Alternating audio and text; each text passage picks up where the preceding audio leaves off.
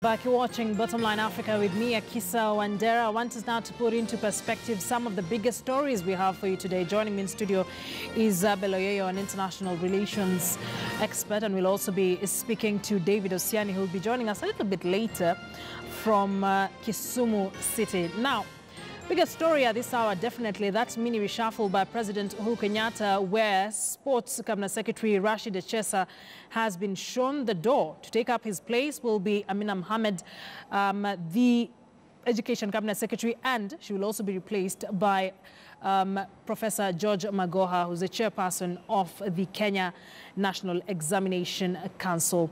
Once again, thank you for joining us here in studio. This is news that has been received by Ashoka. And of course, a lot has been said on whether this is enough, whether this is a step towards the right direction. What is your initial reaction? Thank you very much, Kisa. I think 9 out of 10 Kenyans are excited by what the president has done. The firing of HS has been long coming. Actually, it's long overdue. So I think it's a step in the right direction. Obviously, there were issues raised about his competence when there was vetting, and it was swept under the carpet very quickly. And of course, he was given a chance to show whether he could do what to deliver. Obviously, it's failed. We've had his name come up in so many cases of, corruption and lack of delivery. So I think the president is sending a message that he doesn't want any kind of nonsense in his cabinet. And obviously, what has happened to Amina Mohamed is not just a move; it's a demotion. She's been unable to deal with the statement she made about HELB, whereby she wants police officers who should be pursuing thieves, should be now, sent to pursue young men who cannot pay HELB loans, which was a very, very nonsensical declaration. So I think she's also been warned. It's a demotion. So the president is doing a good thing. I think what's done is a good thing. It's I think, a bit late, and I think Kenyans expect to see more. Someone like Machari, who's not been delivering anywhere, should also be sent away. I don't think he has time to waste. Actually, from the conversations online and beyond, there's some Kenyans who seem to think there needs to be a complete overhaul, that it is not just Echesa. We should be seeing more cabinet secretaries out of office. Yeah, there are some names that have been, given out there, and I think Machari is one of them, because when he was in health, there was a big problem. In transport last December, it took Matiang'i from Interior to actually bring some kind of sanity in the matatu industry. And he's there as the cabinet minister for transport. So he's a total and perform as well. So we should see more, firings going forward, if he means good for Kenyans and himself. What then does this mean on the war on corruption? This is coming at a time when Kenyans are very agitated because of the plunder that is currently being witnessed in the country. Is it a distraction, or is it part of the plan to get rid of this once and for all? I don't think it's a distraction, because as the scandals have been exposed, and the agencies involved with investigation and prosecution are, of course, empowered, as we can see. So it's not a distraction. There's no way the president can ignore. Actually, some of the guys who were fired were implicated in some of the scandals in some way. So I don't think it's a distraction. And as you know, Amina has not been able to deal with the statement she made about HELB. I think she's been given time, and she's not been able to solve it. I think in a few days we're going to see students pouring to the streets to demonstrate over that kind of stupid declaration.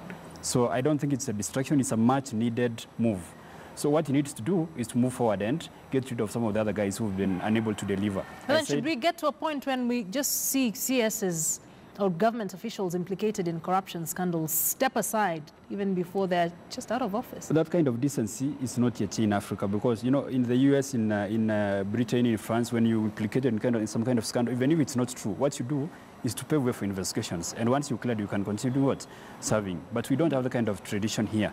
So the president has to move in and fire whoever has been implicated. You're told to step aside, investigations are carried out, and once you're cleared, you can obviously come back to work. Let's hear what David Osiani has to say. He's joining us live from Kisumu as a governance and policy expert. David, always good to have you here on Bottomline Africa. Some of the sentiments from Beloyeyo here in studio. He says this was a long time coming, and it is definitely a demotion for CS Amina Mohamed. What are your thoughts about this mini reshuffle from the president?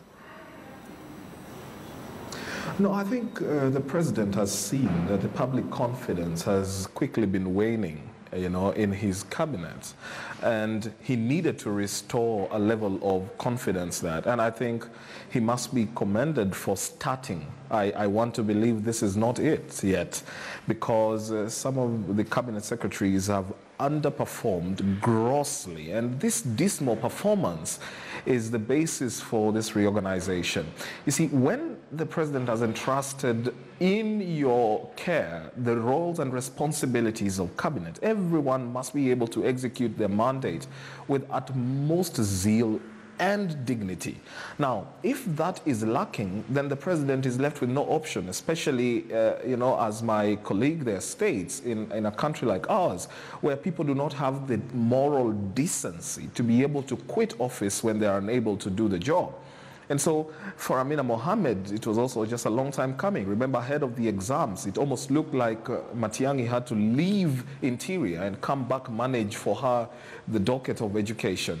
So this has been a good thing. I remember tweeting about 2 days ago asking the president that we waited for a New Year gift of firing these CSs who, you know, who are unable to perform. If not, he should have loved us enough to be able to gift us that on Valentine, but he didn't. So I made a request that can we start, you know, the month of March on a clean slate. I felt a bit better, but that's not yet it. There's still a whole lot that, in my opinion, just still need to go home. Sending CS Amina Mohammed to sports and replacing her by George Magoha, what are your thoughts? All Kenyans agree that Professor George Albert Omore Magoha is capable. I bet we all agree. We saw how he managed the exams.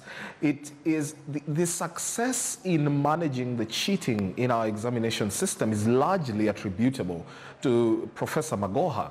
And in fact, I actually looked forward to Professor Magoha making the first cabinet list.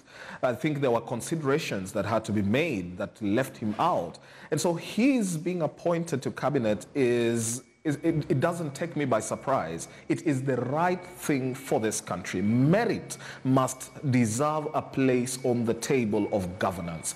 And that is what Professor Magoha has shown. He's shown exemplary leadership in his mandate and role as the chair of the Kenya National Examinations Council.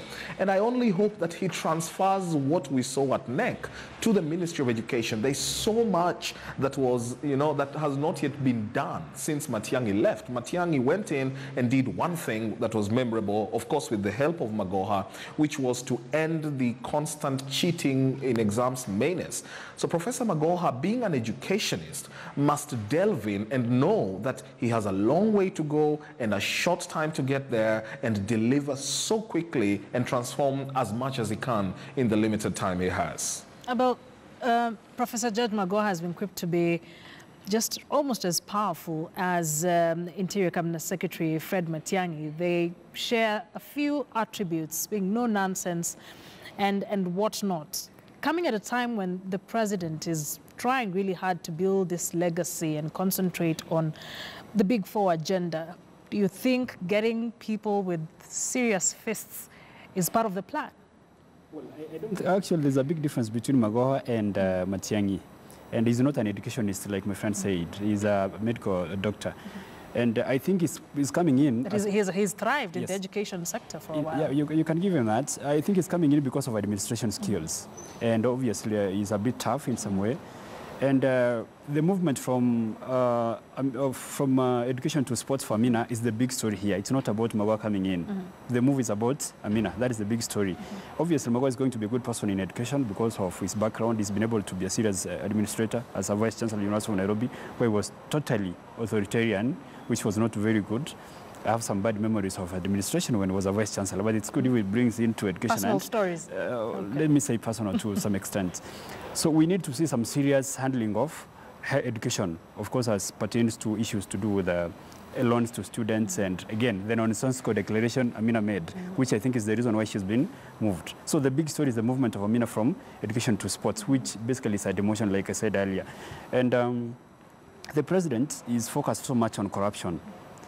And I think that is a message he's sending to not just Kenyans, but guys who are serving in his cabinet. And I think going forward, like my colleague has said, it shouldn't be the end we should see some more heads rolling. Especially, I think if I were him, I'd go for competence more than corruption more. For example, instead of focusing so much on guys who cannot deliver, he should send, guys who are implicated in corruption, he should get guys who are not delivering to go home first. Because the agencies which have the responsibility of investigating corruption, who of course will go after the CSs, like last time we saw Nani being followed up, Balala. So I think in that list we should have Macharia going home because of lack of performance. We should have people like Ekinzuri going home, lack of what? Performance, which we can, it's not about not stealing, it's about delivering for Kenyans, and it's not happening. And I think the president has a chance. 5 years is not a long period, it's his legacy term, and that is how Kenyans are going to remember him. As we speak now, Kenyans actually like President Kibaki more. 70% of the projects being implemented by this government were initiated by President Kibaki. What we can see today, the superhighway and so much, was initiated by Kibaki. So Kenyatta has yet to give us something we can remember, apart from, of course, grand corruption. Yeah, but for Amina, like you said, very big story, from foreign affairs to education and now to sports. What is it about her? If it is non-performance, why do we still have her there? Or what could have informed such decisions? I think there is what we call tokenism that is meant for some people and some communities. And then we have what we call horse trading. Some people have to make phone calls and say, that happens everywhere, not just in Kenya. And that is why instead of sending her away, we've seen her move from one docket to another. You remember she was supposed to become the AU Commission chairperson, and she lost after so much money was spent in lobbying, which of course informs her weakness as a candidate for the position. She lost to a very weak person from Chad. And then from there was some kind of scandal in National Bank, which of course touched on her and her family in some way. The shift from interior from foreign affairs, which is a very, very key position, to education. She messed it up, like my colleague has said. Now she's come to actually send police officers after loan defaulters. For example, I was not able to pay my help until I got a job. And you cannot expect me to repay a loan when I don't have a job. Now, we're losing so much money in the tune of billions to thieves. So are you going to send police officers to arrest students who cannot repay loans, or thieves? So you see, that is a nonsensical declaration, and I think that is why she's been sent away. It's high time the president stopped babysitting these guys. Let's hear what David Osiani has to say about the movement. This is the third docket for Ambassador Amina Mohamed. David, what do you think? Babysitting, like Abel here is saying, or giving her another lifeline? No, foremost, I need to correct Abel that being an educationist, being an educationist and a professor of urology are not mutually exclusive, so that when you're one, you can't be the other. I think an educationist by description is someone who has managed education processes, and Professor Magoha has done that. Never mind that I listen to and understand him, that the style of management of Professor Magoha is a bit abrasive, and he may need to do that pretty well, because he is now getting into a political office where he will have to manage his docket politically just as much as he has to manage it meritocratically. Going to Amina Mohamed, I think Amina Mohamed's movement from foreign affairs, from the outset, I remember predicting ahead of the naming of the new cabinets in 2017, when President Kenyatta was doing his new list of CSs, I predicted, and it came to pass, that our new CS for foreign affairs would be Monica Juma, because it is rumored and to some extent agreeable, and I think I would agree, that Dr.